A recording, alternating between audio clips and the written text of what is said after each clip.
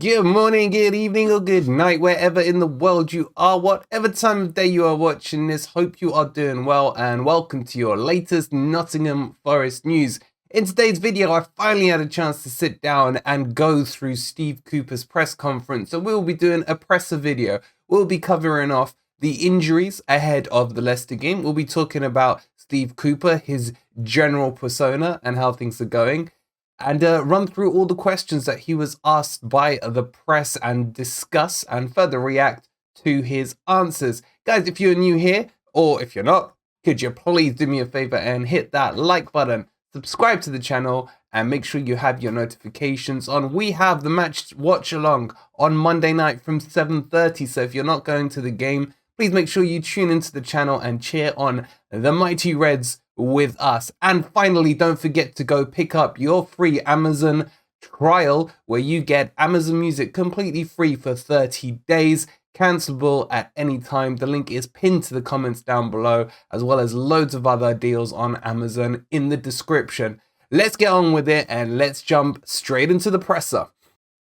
Okay, so quite a few things to cover off today, and we'll kind of take it roughly chronologically as the presser went through. And the first question that Cooper was asked was about current injury statuses following up from the international break. There was no real surprises in this, but he did hint that Scott McKenna is probably the main one that's carrying an injury. The likes of MG Dub have been training a couple of times this week, may be fit for Monday, but I think had it been a Saturday game, we wouldn't have seen MG Dub. Potentially on Monday, we may be seeing him. But overall, it looks like there's a lot of fitnesses. What I was a little disappointed about was no one actually asked him about Niakate. I would love to know what the status of Niakate is. Haven't seen many pictures of him this week. Haven't had many updates on him, but I know he is very close. Now, with McKenna potentially missing out on the game, it really needs to be Niakate who comes in on that left-hand side. But as we've discussed before, can Cooper risk Niakate this early into a recovery period after a long-term injury? I think he may not have a choice, and I think that Niakate, if he is not sandbagging about McKenna, will come in on the left-hand side. I'm still not convinced, in true Cooper style, that McKenna is that injured and probably will start at Leicester.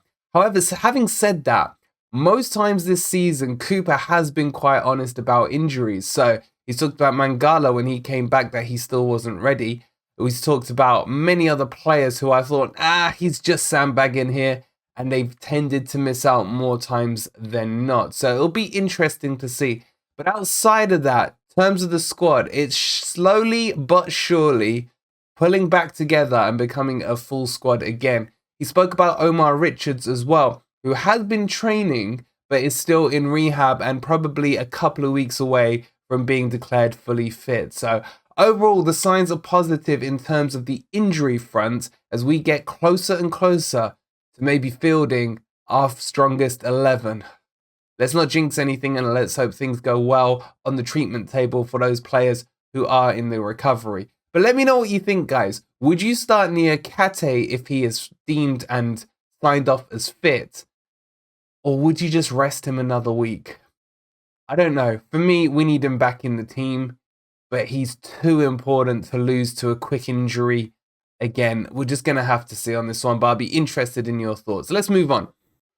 Okay, so next up, Coops was asked about his relationship with the owner. There was many hidden meanings behind this question and how they were feeling about the results. He said that he speaks to them pretty much game in, game out, and they discuss what happened at the game. And they asked him how were the owners feeling about it. And he gave quite a politically correct answer by saying pretty much they're feeling what he's feeling in terms of disappointment, in terms of could have done better, etc.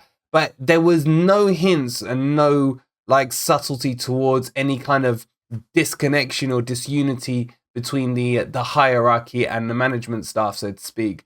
So overall, it looks like, and he alluded to the fact that the owners understand as well that it's a project, there's 22 players in. I mean, how many press conferences has the poor man done where he's had to talk about the 22 signings?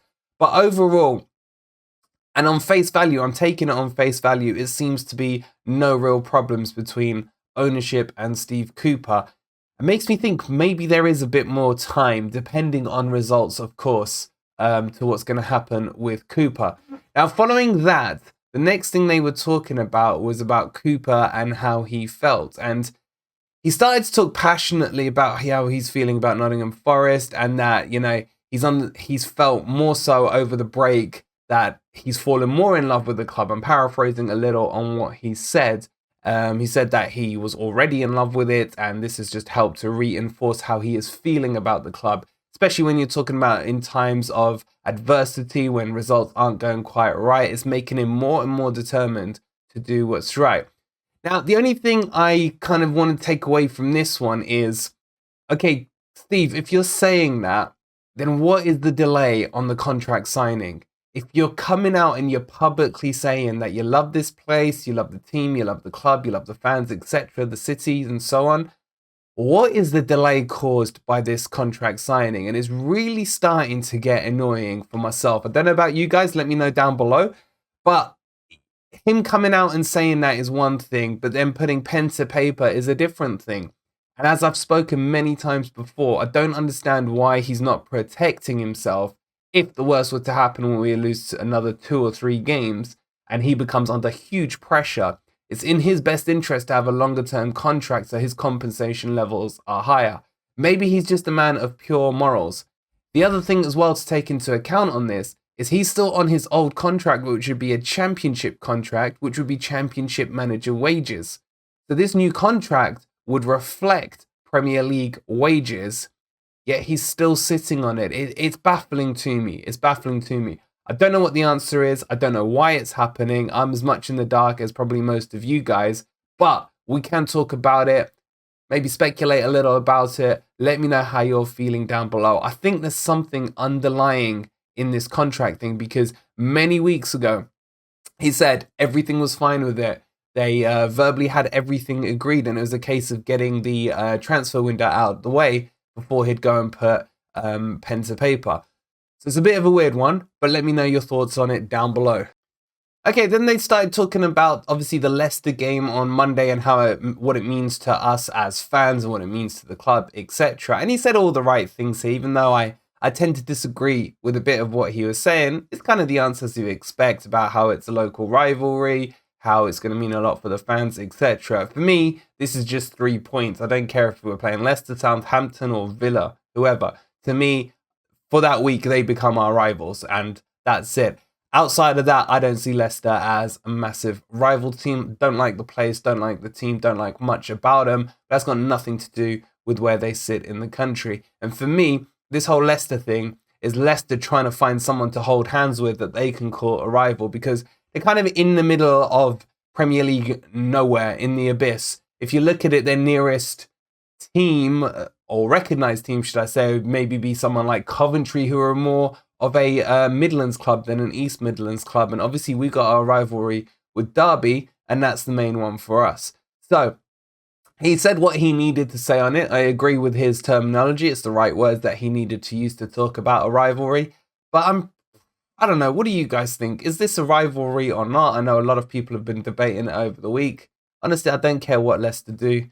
I just care that they finish below us, along with as many teams as possible. So let me know down below. Rivalry, yay or nay, Forest versus Leicester.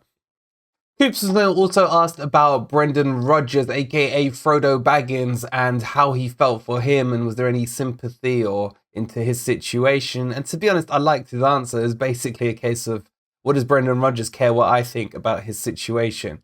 AKA, in layman's terms, it's not my business, it's not my problem. And I think that's rightly so. Every manager should be more worried about what's going on under their own roof than what's happening in other teams' places. So it is what it is. But who cares really? If Brendan goes, the only thing I cared about was that Brendan was in the dugout for this Monday, rather than Leicester getting a new manager and getting themselves a managerial bounce, as we all know happens in football. Outside of that, his persona in general looked a little more upbeat than I've seen in recent press interviews. It looks like he's had a few hours sleep maybe over the last 2 weeks, which is good to see. But overall, I just still think there's something not quite 100% going on there. I don't know what it is. I can't put my finger on it. It's just my perception of what's going on. maybe he feels in need of a big result, and hopefully we can get that on Monday. Overall, though, he said the right things. He talked about the right things, but one thing he did not discuss and no one questioned him on was the tactics. It's been all over social media, all over YouTube, all over my videos, all over, I know, all the other content creators as well. We've been debating this, not just amongst ourselves, but with you guys as well. The formation needs to change. And will he adapt against Leicester, even though it's away from home, or will he carry on with the three at the back?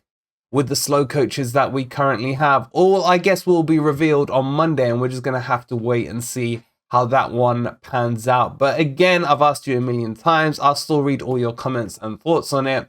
Would you switch from the three at the back to the four? One final thing to talk about is Mangala. He was very cagey about him. He talked about he was making good progress after his setback, but he never actually fully committed to say he was fully back and fully fit and ready to play. I think he is, and I think we will see him against Leicester, and it's just going to be an interesting cagey match. Look, it's Saturday. I hate the fact that Forest are playing on Monday. I'm seeing all the other teams playing at the moment, and I just wish we were out on that pitch ready to rock and roll, because we need a match and we need a win desperately. But overall, that's the presser covered for you. Let me know if you spotted any things, if you watched it in there that I've missed off here. But overall, Coops, job well done. I'll give you a solid 8 out of 10 for the press conference. And let's hope I can give you a 10 out of 10 for your performance and your tactics and your choices come Monday. Guys, that will wrap up today. Don't forget, before you leave, if you'd be kind enough to give the video a quick like, subscribe to the channel if you are new, and go get your free Amazon Music trial. 30 days completely free of charge. Cancel at any time. The link's in the description below. Come on, you Reds.